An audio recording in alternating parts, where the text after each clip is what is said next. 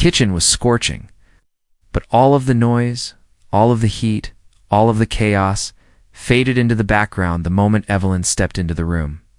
She was 8 months pregnant, her simple, black work apron stretched tight over her round, full belly. Sweat was collecting at her hairline, and her swollen, aching feet were crammed into a pair of old, worn-out sneakers. But she had no choice. The rent on her small one-bedroom apartment was due in a week. Her baby, a little girl she had already named Hope, had no crib. And the father.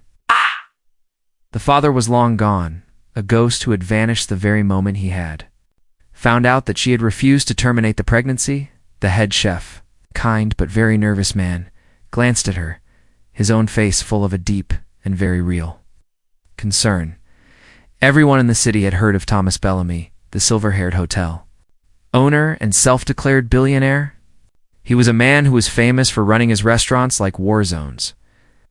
A man whose brutal, volcanic temper had made grown men cry, and tonight he was inspecting this branch.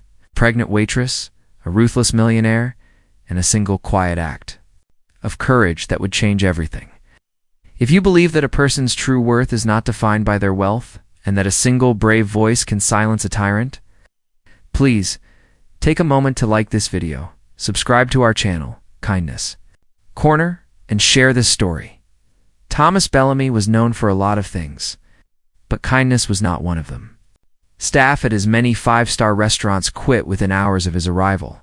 He screamed, he humiliated, he threw plates, and now he was here. Evelyn, her own heart a slow, heavy drum in her chest, tightened her apron and stepped out of the kitchen and into the fire.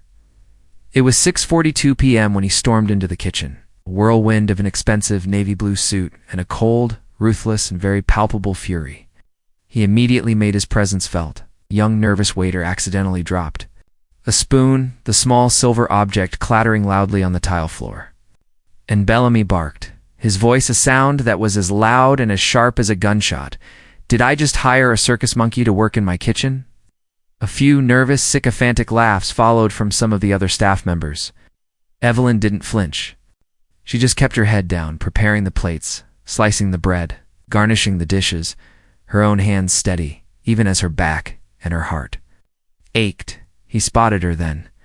Bellamy raised a single, arrogant eyebrow, stalking toward her now.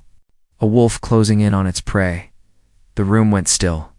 The only sound was the faint, almost imperceptible sizzle of oil in a forgotten pan. He was stunned, completely and utterly stunned. No one, in his entire, powerful, and very insulated life, had ever spoken back to him like this. He laughed. Then, a bitter, ugly, and very disbelieving sound. The sous chef. A man who had worked for Bellamy for 10 long, very difficult years, looked away, a deep and very real shame on his face. A young dishwasher froze, mid-scrub. One of the other waitresses, a girl no older than 19, let out a small, terrified gasp.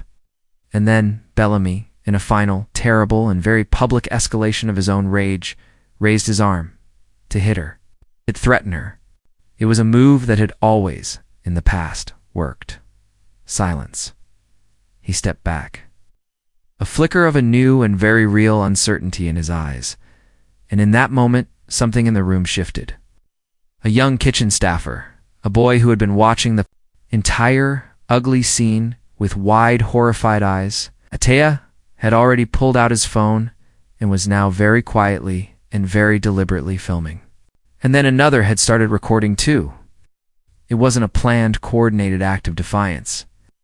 It just ... happened. Bellamy's own eyes darted around the kitchen, and he realized with a new, dawning, very cold horror that he was being watched, that he was being recorded. Suddenly, his voice, which had been so full of a booming, confident rage, changed. Stop recording!" he shouted. "Stop that right now!" But no one stopped. "I can ruin all of you," he threatened, but his words now sounded hollow, pathetic, his voice cracking with a new and very unfamiliar note of a desperate and very real panic. And then Evelyn, with a quiet and very beautiful grace, turned her back on him, and with Hands that were now, for the first time, trembling, she began to plate her dishes again. Bellamy looked at her completely and utterly stunned. His own voice, when he spoke again, had dropped to a whisper. Thomas Bellamy stood there, in the middle of his own, now very quiet kitchen, his shoulders heaving, his face flushed, his fists still clenched tightly at his sides, but he didn't speak. Something had shifted in the room. No, something had shifted in him.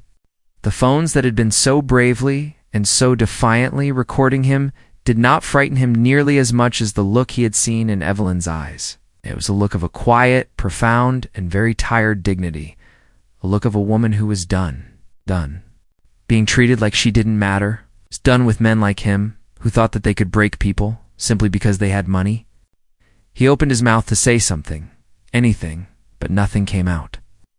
Evelyn, without another word, turned away from him and resumed garnishing her plate. Her hands were trembling now, but she held her posture with a quiet and very powerful. Grace Bellamy finally turned and stormed out of the kitchen, not with the triumphant, arrogant stride of a conquering king, but with the heavy, defeated steps of a man who had just lost a war he hadn't even known he was fighting. The silence that followed his departure was deafening. No one clapped, no one cheered, no one dared to even move.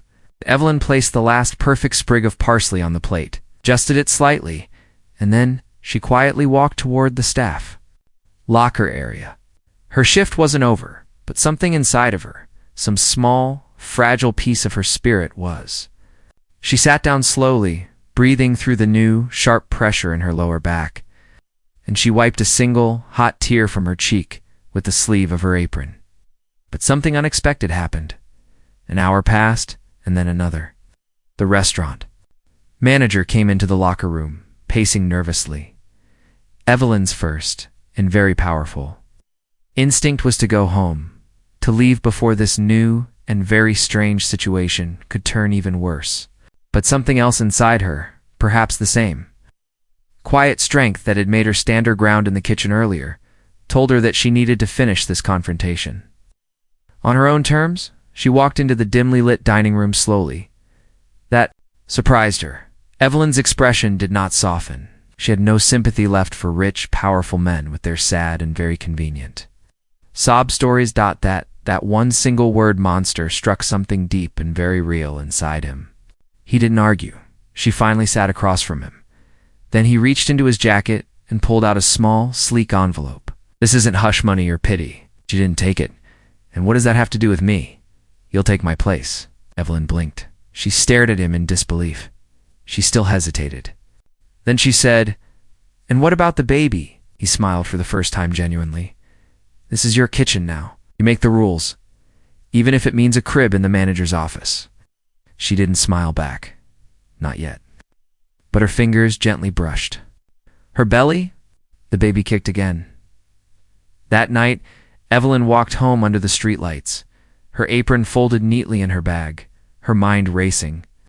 She wasn't sure if Bellamy would keep his word, but for the first time in months, she didn't feel invisible. She didn't feel like just a pregnant woman overlooked. She felt seen, respected, powerful. If you enjoyed this story, don't forget to give it a thumbs up and hit that subscribe button for more emotional, dramatic, and unexpected tales. And let us know in the comments, where in the world are you watching from? We love hearing from all of you. Till next time, stay kind, stay curious, and keep watching.